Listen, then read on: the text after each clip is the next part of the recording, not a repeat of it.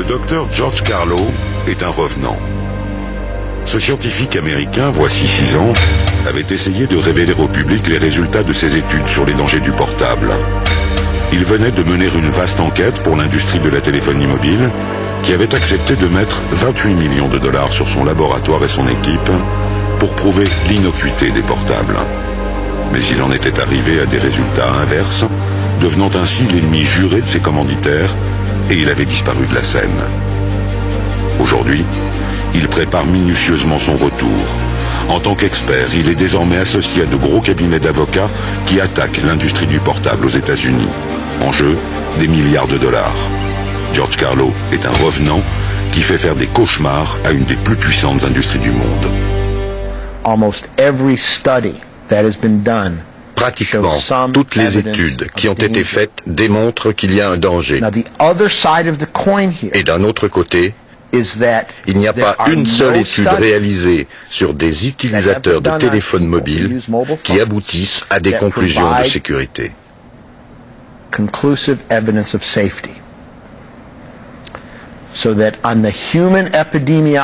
côté donc, vous avez des études épidémiologiques qui démontrent des problèmes ou des problèmes potentiels, et de l'autre, des études qui ne sont pas concluantes.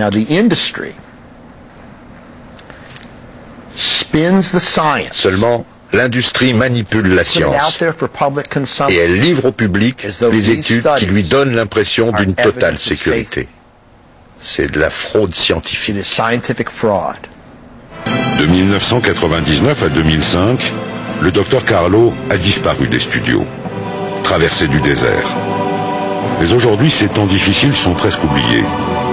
Patiemment, il constitue une équipe qui va l'épauler dans son nouveau combat contre l'industrie, cette fois devant la justice américaine. Unfortunately, today, 2005, malheureusement, aujourd'hui, toutes les institutions dans lesquelles je croyais, que les consommateurs avaient appris à respecter, dans lesquelles les consommateurs devaient pouvoir avoir confiance, ont été compromises d'une façon ou d'une autre par les activités de l'industrie du sans-fil.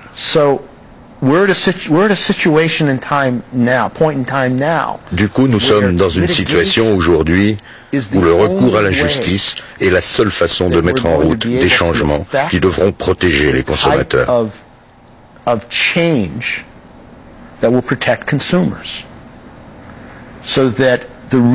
La raison pour laquelle je crois que le recours judiciaire est si important, c'est que c'est la seule chose qu'il nous reste. Depuis l'été dernier, George Carlo est à nouveau invité par la presse américaine. Bonsoir à tous, ici Richard Green.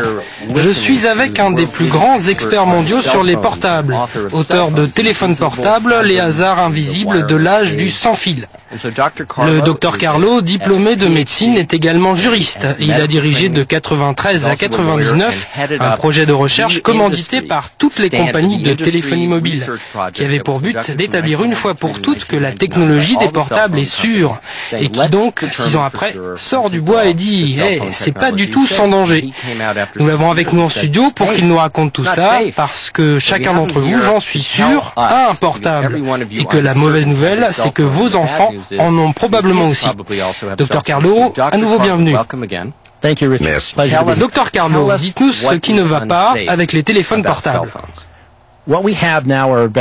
Ce que nous avons maintenant, c'est une quinzaine d'années d'observation qui démontre que quand vous avez l'antenne de votre téléphone à proximité de votre corps, proche de votre tête, proche de vos tissus cervicaux, cela provoque une rupture dans la chaîne de l'ADN, donc un dommage génétique. Cela provoque des ruptures dans les barrières sanguines cérébrales, qui sont des membranes spéciales dans les vaisseaux sanguins.